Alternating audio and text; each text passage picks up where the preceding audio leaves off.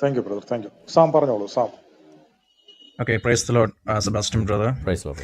Nasreem brother പറഞ്ഞ് നിർത്തിയെടുത്തെന്ന് നമുക്ക് അങ്ങോട്ട് തുടങ്ങാം. നസ്രീം ബ്രദർ പറഞ്ഞ ഇബിൻ സാദിന്റെ ഗ്രന്ഥത്തിനകത്തും ഇത് തന്നെ പറയുന്നുണ്ട്. അതിനകത്ത് ഇച്ചിരിയും കൂടെ ക്രൈറ്റീരിയ ഇച്ചിരിയും കൂടെ കൂട്ടിയാണ് പറയുന്നത്. അതിനകത്ത് പറയുന്നത് ഇബിൻ സാദിന്റെ ഗ്രന്ഥം വോളിയം നമ്പർ 1 പാർട്ട് 1.115 അതിനകത്ത് ഇങ്ങനെയാണ് പറയുന്നത്. ഈ 30 ജനറേഷൻസ് മിസ്സിംഗ് ആണ്. അദ്നാൻ മുതൽ നമ്മുടെ ഇസ്മായേൽ വരെ. ഇബിൻ സാദിന്റെ ഒന്നുകൂടെ റെഫറൻസ് എന്ന് പറഞ്ഞത് ഞാൻ എടുക്കുക ഡിസ്പ്ലേ ചെയ്യുക. ഇബിൻ സാദിന്റെ volume number 1 part 1.11.5 part 1.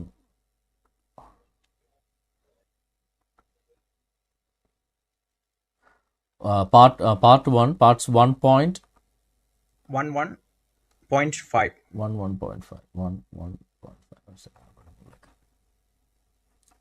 Okay brother, കണ്ടിട്ട് ഞാൻ എടുത്തോണ്ടിരിക്കുക, സ്ക്രോൾ ചെയ്യുക.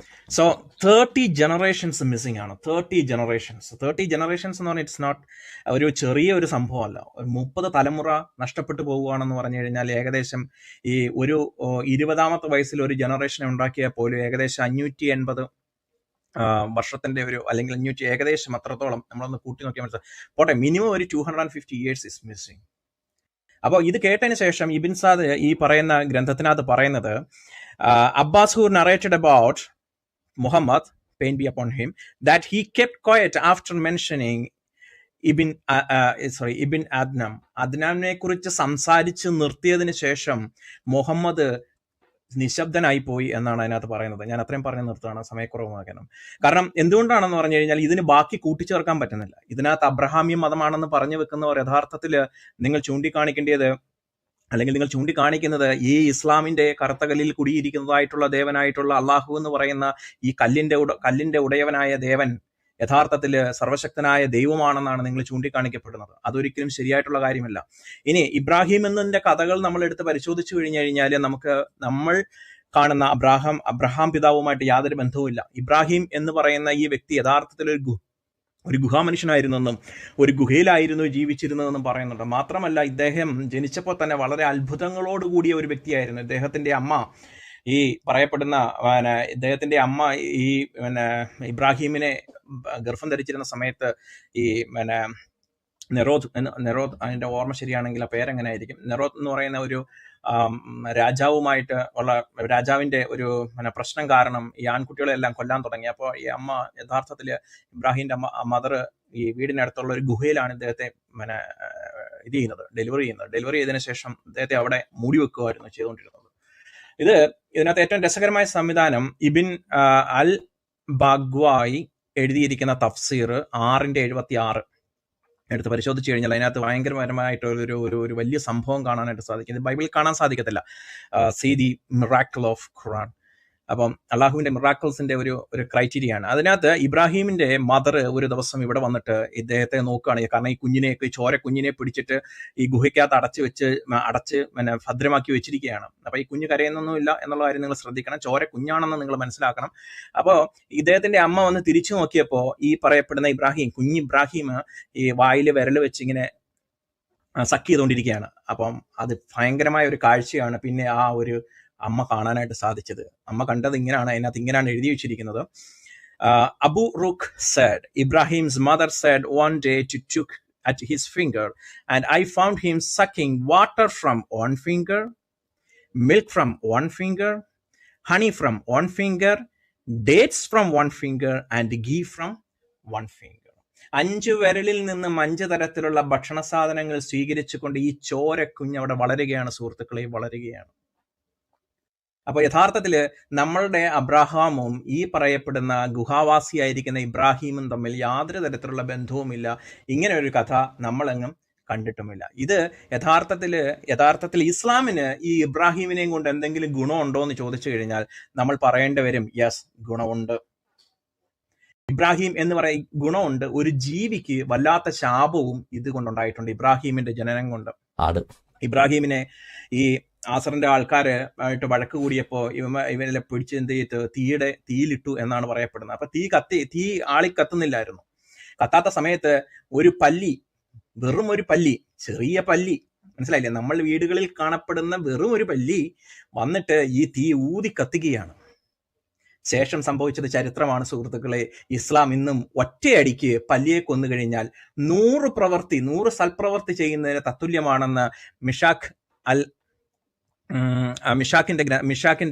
മിഷാഖ് അൽ മസാബിത്ത് 4121 എന്ന് പറയപ്പെടുന്ന ആ ഹദീസിനകത്ത് എഴുതി വെച്ചിട്ടുണ്ട്. If any one kills A lizard with first blow 100 good deeds will be recorded for him and less if he kills it at the second or less still if he kills at the third.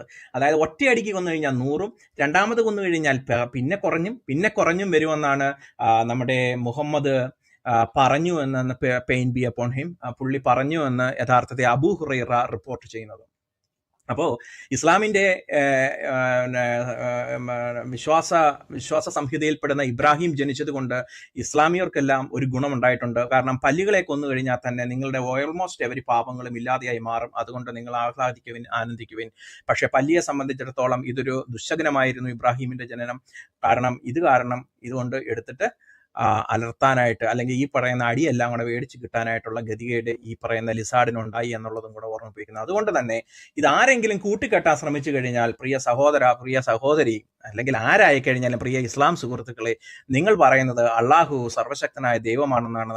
അതിനെ സ്വീകരിക്കാൻ തൽക്കാലം ഞങ്ങൾക്ക് സൗകര്യപ്പെടത്തില്ല എന്ന് മാത്രം ഓർത്തു. അതിന് ഏത് മെത്രാനായാലും സഭാധ്യക്ഷനായാലും വിശ്വാസിയായാലും ഇനി ഇസ്ലാം ആയാലും നമുക്കിത് തന്നെ പറയാനുള്ളൂ, no, we are not ready to take your arguments. അല്ലെങ്കിൽ നിങ്ങൾ അദ്നാൻ മുതൽ ഇസ്മായിൽ വരെ പൂരിപ്പിച്ച് ഉള്ള ആ ഒരു ചേരുംപടി ചേർത്തുകൊണ്ട് വരിക. അപ്പോഴും നമുക്ക് ബാക്കിയുള്ള കാര്യം അവിടെ വെച്ച് തീരുമാനിക്കാം. Thank you brother. Thank you brother. Bishop ഹൗസിലെ പള്ളികൾ എത്രയും പെട്ടെന്ന് നാടുവിട്ട് പോകേണ്ടതാണ്, അല്ലെ ചിലപ്പോൾ അടിയിട്ട് ചാവേണ്ട ഗതികേടുണ്ടാവും. സാംചേട്ട ഒരു സംശയം, ഈ പല്ലിയെ കൊന്ന് അതിന്റെ കൂലി കിട്ടുമെന്ന് ഡോളറിലാന്ന് ദിനാറിലാന്ന്? അല്ല, ഡീഡാണ് ബ്രദറെ, പ്രവൃത്തിയാണ്. ഒറ്റ അടിക്ക് കൊന്നു കഴിഞ്ഞാൽ 100 പ്രവൃത്തി ചെയ്ത് തന്നെ ഫലമാണ് കിട്ടുന്നത്. അതുകൊണ്ട് അല്ല, പള്ളിയെ ഒറ്റയടിക്ക് വന്ന സ്വർഗത്ത് പോകുന്നുണ്ട്, അങ്ങനെ ഒരു ആയത്തുണ്ട്, ആ ഒരു ഹദീസുണ്ട്. ആ ന്യൂക്ലിയർ പ്രശ്നത്തിന്റെ കൂടെ ഒന്ന് പറയേണ്ടായിരുന്നു. പല്ലി അടിച്ചു കൊന്നാൽ പല്ലിയുടെ ശരീരത്തിലൂടെ സഞ്ചരിക്കുന്ന ന്യൂക്ലിയർ അണുപ്രസന്നത്തിന്റെ കാര്യമൊക്കെ. അല്ല, അത് നമ്മുടെ ടോമി സെബാസ്റ്റിന്റെ അല്ലേ? അത് ടോണി സെബാസ്റ്റിന്റെ പരിപാടിയല്ലേ? ടോമി സെബാസ്റ്റിന്റെ. പക്ഷെ അത് വിശ്വസിച്ചിട്ട് പള്ളിക്കകത്ത് പ്രസംഗിച്ചവര് വരെ ഉണ്ട്. പള്ളി ഉസ്താദ്.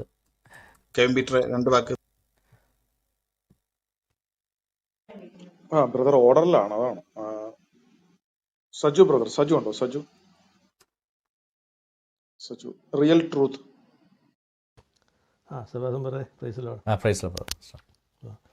വേറെ ഒരു വിഷമവും പരാതിയും കൂടെ ഒക്കെ ഉണ്ട്. അതായത് വേറെ വല്ലപ്പോഴൊക്കെ ഒന്ന് ലൈവിൽ വരുന്നത് നല്ലതായിരിക്കും. കാരണം ഞങ്ങൾക്കൊക്കെ ഒരു ബൂസ്റ്റപ്പാണ് എനർജി. അല്ല വേറെ ഞങ്ങൾക്ക് വലിയൊരു ഇൻസ്പിറേഷനാണ്. വരാതിരിക്കുമ്പോൾ നമുക്കൊരു എന്താ പറയുന്നത്, ബൂസ്റ്റ് കഴിക്കാതിരിക്കുന്ന ആ ഒരു പ്രതിനിധിയാണ് നമുക്ക്. അതുകൊണ്ട് ഞാൻ പറഞ്ഞു വല്ലപ്പോഴെങ്കിലും ഒന്ന് വന്ന് ഞങ്ങളെ ഒന്ന് ബൂസ്റ്റപ്പ് ചെയ്യണം. അതിനുവേണ്ടി ഞാൻ വല്ലപ്പോഴൊക്കെ വന്നാൽ മതി. ഒന്ന് നല്ല തിരക്കായിരിക്കും നമുക്ക്. ഇന്നിപ്പോ ഈ വന്നതിന്റെ പേരിൽ എനിക്ക് 2 ദിവസമെങ്കിലും ഉറക്കൊള്ളിച്ചാൽ എൻ്റെ ഡെഡ്ലൈൻസ് കംപ്ലീറ്റ് ആകത്തുള്ളൂ. ഇയർ എൻഡ് അല്ലേ, പിള്ളേരുടെ പേപ്പർ നോക്കലും പരിപാടിയൊക്കെ ആയിട്ട് നല്ല തിരക്കിലേക്കുന്ന സമയമാണ്. പിന്നെ എങ്ങനെയെങ്കിലും എന്തെങ്കിലും ഒന്നും വന്നില്ലെങ്കിൽ ശരിയാവില്ല എന്ന് പറഞ്ഞാൽ കടിച്ചു പിടിച്ച് വന്നിരിക്കുക ശരിക്കും. ഓക്കെ, ശരി. മാക്സിമം വരാൻ ഒരു വിഷമം പറഞ്ഞെന്നുള്ള അറിയിച്ചെന്നുള്ളതേ ഉള്ളൂ. ഓക്കെ, മാക്സിമം വരാൻ ശ്രമിച്ചാൽ നല്ല അനുഗ്രഹമായിരുന്നു, ഞങ്ങൾക്കൊക്കെ ഒരു അനുഗ്രഹമായിരുന്നു. പിന്നെ ബ്രദർ ഒരു പെട്ടെന്ന് പറഞ്ഞു നിർത്താൻ ബ്രദറെ. അതായത് എൻ്റെ ഒരു ആഗ്രഹം എന്ന് പറഞ്ഞാൽ നമ്മൾ ഇസ്ലാമിനെ പറ്റി അറിയാനായിട്ട് ജനങ്ങൾക്കൊരു, ഇപ്പോൾ എല്ലാവർക്കും ഇപ്പം ഖുറാനും ഹദീസും തഫ്സീറും എടുത്ത് പഠിക്കാൻ പറ്റുമോ? ഇച്ചിരി ബുദ്ധിമുട്ടുള്ള കാര്യം, എല്ലാവരും കൊണ്ട് വായിച്ചൊക്കെ പോയി ബുദ്ധിമുട്ടാണ്. അപ്പം ഞാൻ വിചാരിച്ചപ്പോൾ ഇസ്ലാമിനെ പറ്റി ജനങ്ങൾക്കൊരു നേഴ്സറി നിലവാരമെങ്കിലും കൊടുക്കുക.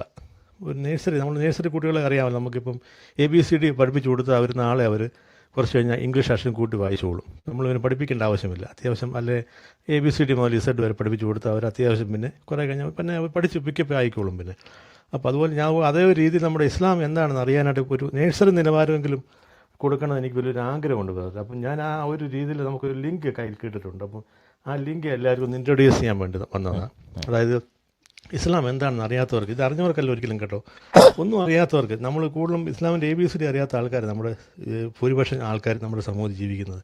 അപ്പോൾ അവർക്ക് വേണ്ടി ഒരു ലിങ്ക് തയ്യാറാക്കിയിട്ടുണ്ട്. വളരെ വളരെ പ്രയോജനമുള്ള ലിങ്കാണ് ഈ അതായത് ഒരു ദൃശ്യ ആവിഷ്കാരമായത്. അത് പിക്ചർ രൂപത്തിലായതുകൊണ്ട് ഇതിനെ നമുക്ക് മനസ്സിലാക്കാൻ ഈസിയായിട്ട് സാധിക്കും. ഇതൊരു PDF ഫയലായതുകൊണ്ട് നമ്മൾ വീഡിയോ അല്ല, ഫോട്ടോ സഹിതമാണ് കൊടുത്തിരിക്കുന്നത്. അപ്പോൾ ഞാൻ ഈ ലിങ്ക് ഇടാം, താഴെ ഇടാം. ഉടനെ ഇപ്പോൾ ഞാൻ ലിങ്ക് ഇട്ടിട്ടുണ്ട്. ഇപ്പോൾ താഴെ ഇരിക്കുന്ന എല്ലാ സഹോദരങ്ങളും ദയവായിട്ട് ഈ ലിങ്ക് നിങ്ങൾ കോപ്പി ചെയ്തെടുക്കുക, എല്ലാവരിലേക്ക് എത്തിക്കുക. ഇത് വളരെ വളരെ പ്രയോജനം ചെയ്യുന്നതാണ്. നിങ്ങൾക്ക് അറിഞ്ഞവർക്കല്ല, അറിയാത്തവർക്ക് നിങ്ങൾ ഈ ലിങ്ക്, പ്രത്യേകിച്ച് നമ്മുടെ ലവ് ജിഹാദിൽ നിന്ന് നമ്മുടെ വരുന്ന തലമുറയെ രക്ഷിക്കാനൊക്കെ ഈ ലിങ്ക് ഈ ഇൻഫർമേഷൻ വളരെ സഹായിക്കും. ഞാൻ ഇപ്പോൾ ഇട്ടിരിക്കുന്ന താഴെ ഇട്ടിരിക്കുന്ന ലിങ്കാണ്. അത് ആദ്യം ഇംഗ്ലീഷാണ് കൊടുത്തിരിക്കുന്നത്, പിന്നീടാണ് മലയാളത്തിൽ കൊടുത്തിരിക്കുന്നത്. നിങ്ങളെല്ലാം കണ്ടു കാണും വിചാരിക്കുന്നു. അതായത് the reality of Islam, English and Malayalam ഞാൻ ബ്രാക്കറ്റിൽ കൊടുത്തിരിക്കുന്നത്. അതായത് യഥാർത്ഥ ഇസ്ലാമിനെ തുറന്നു കാണിക്കുന്ന ഈ ലിങ്ക് കാണുക, ഡൗൺലോഡ് ചെയ്യുക. ലവ് ജിഹാദിൽ നിന്ന് വരുന്ന തലമുറ രക്ഷിക്കുവാൻ ഈ ലിങ്ക് പരമാവധി ഷെയർ ചെയ്യുക. ആ ലിങ്കാണ്. എല്ലാ സൗകര്യവും ദയവായിട്ട് നിങ്ങൾ നിർബന്ധമായും, ഞാൻ നേരത്തെ ദയവായിട്ട് പറയുമായിരുന്നു, അപ്പം നമ്മുടെ സൗകര്യം എന്നെ ശാസിച്ചു, ദയവായിട്ട് ഇതും പറയണ്ട, നിർബന്ധമായിട്ട് ഇത് നിങ്ങൾ ഷെയർ ചെയ്തേ പറ്റത്തുള്ളൂ. ഇത് വളരെ അത്യാവശ്യമുള്ളൊരു കാര്യമാണ്. വരുന്ന നമ്മുടെ തലമുറയെ ലവ് ജിഹാദിനെ രക്ഷിക്കാൻ, അതായത് ഇസ്ലാം എന്ന ഈ പൈശാചി മതം, അതായത് ദൈവത്തിൻ്റെ പേര് പറഞ്ഞ് മതമാണെന്ന് ജനതയെ തെറ്റിദ്ധരിപ്പിച്ചുകൊണ്ട് കബളിപ്പിച്ചുകൊണ്ട് ലോകം മുഴുവന് ആധിപത്യത്തിലാക്കാൻ പ്രവർത്തിക്കുന്ന ഒരു ഭീകര സാത്താന്യ പ്രസ്ഥാനമാണ്, സാത്താന്യ മതമാണ് ഇസ്ലാം എന്നുള്ള ആ സത്യം ജനങ്ങൾ തിരിച്ചറിയണം. എല്ലാവരും ഇത് ദൈവികമല്ല, ഇത് ദൈവമായിട്ട് യാതൊരു ബന്ധവും ഈ മതത്തിനോ ഇസ്ലാമിനോ ഈ മുഹമ്മദിനോ ഇല്ല. ശരിക്കും 100% ഇത് ആബ്സല്യൂട്ട്ലി പൈശാചികമാണ്, സേത്താനിക്കാണ്. പക്ഷേ വന്നിരിക്കുന്ന ദൈവിക വേഷത്തിലായതുകൊണ്ടാണ് ഇസ്ലാം ജനതയ്ക്ക് തിരിച്ചറിയാൻ സാധിക്കാത്ത ഇവനെ. അപ്പോൾ അതെല്ലാവരും തിരിച്ചറിയണം. ആ ഒരൊറ്റ ലക്ഷ്യം മാത്രമേ നമുക്കുള്ളൂ. അതിനുവേണ്ടി അതിൻ്റെ ഒരു ഭാഗമായിട്ട് നമുക്ക് ഈ ഒരു ഇൻഫർമേഷൻ തയ്യാറാക്കിയിരിക്കുന്നത്. എല്ലാ സൗകര്യവും ദയവായിട്ട് നിങ്ങൾ ഈ ലിങ്ക് കോപ്പി ചെയ്തെടുക്കുക, ദയവായിട്ട് ഡൗൺലോഡ് ചെയ്തെടുക്കണം. കാരണം ഈ ലിങ്ക് ജിഹാദികൾ ഇതിൻ്റെ റിപ്പോർട്ട് അടിച്ച് തുടങ്ങിയിട്ടുണ്ട് ഓൾറെഡി. അതുകൊണ്ട് ദയവായിട്ട് നിങ്ങൾ ഈ ലിങ്ക് കോപ്പി ചെയ്തെടുക്കുക, എല്ലാവരിലേക്ക് എത്തിക്കുക. അതായത് നിങ്ങൾക്കൊരു ഇസ്ലാമിൻ്റെ ഒരു ബേസിക് കിട്ടും. ഒന്നും അറിയാത്തവർക്ക് ഇതിൻ്റെ നമ്മുടെ നേഴ്സറി സ്കൂളിൽ കുട്ടികളെ വിടുന്ന പോലെ ഇസ്ലാമിനെ പറ്റി ഒന്നും അറിയാത്തവർക്ക് ഇതൊരു നേഴ്സറി നിലവാരം അവർക്ക് കിട്ടും തീർച്ചയായിട്ടും. അതിന് യാതൊരു സംശയമില്ല. എല്ലാവരിലേക്കും ദയവായിട്ട് ആരും ഈ ലിങ്ക് കോപ്പി ചെയ്താൽ ഇവിടുന്ന് പോകരുത്. ഇത് പ്രത്യേകം ഞാൻ റെക്കമെൻഡ് ചെയ്യുന്നത് കമ്പ്യൂട്ടറോ ടാബോ ഉണ്ടെങ്കിൽ നിങ്ങൾ കാണാൻ ശ്രമിക്കുക. മൊബൈലിനെക്കാട്ടി കുറച്ചുകൂടെ ഈസി ആയിട്ട് മൊബൈലിൽ കാണാൻ സാധിക്കും. പക്ഷേ മൊബൈലിനെക്കാട്ടി കുറച്ചുകൂടി വ്യക്തമായിട്ട് കമ്പ്യൂട്ടറോ ടാബിലോ ലാപ്ടോപ്പോ ഉണ്ടെങ്കിൽ കുറച്ചുകൂടി നിങ്ങൾക്ക് ഈസി ആയിട്ട് ഇതിനെ കാണാൻ സാധിക്കും. അതായത് ഇസ്ലാമിനെ തുറന്ന് കാണിച്ചിരിക്കുകയാണ്, പൂർണ്ണമായിട്ടില്ല, ഒരല്പമേ ഉള്ളൂ, ഒരു പരിധി വരെ തുറന്ന് കാണിച്ചിട്ടുള്ളൂ. അപ്പോൾ എല്ലാവരിലേക്കും ദയവായിട്ട് ഇൻഫർമേഷൻ എത്തിക്കുക, ഡൗൺലോഡ് ചെയ്തെടുക്കുക. ഈ ലിങ്ക് മാക്സിമം നിങ്ങൾ ക്ലബ് ഹൗസിലും അതുപോലെ ഫേസ്ബുക്ക്, യൂട്യൂബ്, വാട്സപ്പ് എല്ലാ ഇടങ്ങളിലും ഈ ലിങ്ക് ദയവായിട്ട് നിങ്ങളിത് ഷെയർ ചെയ്യുക. ദയവായിട്ട് പരമാവധി എല്ലാ ഇടങ്ങളിലും എത്തിക്കുക. അത് പറയാൻ വേണ്ടിയാ ഞാൻ പോസ്റ്റ് എത്തിക്കുക. ഫേസ്ബുക്കിലും യൂട്യൂബിലും ഞാൻ ലിങ്ക് ഇട്ടിട്ടുണ്ട്. യൂട്യൂബിലും ഫേസ്ബുക്കിലും കാണുന്നവർ ലിങ്ക് കാണാം.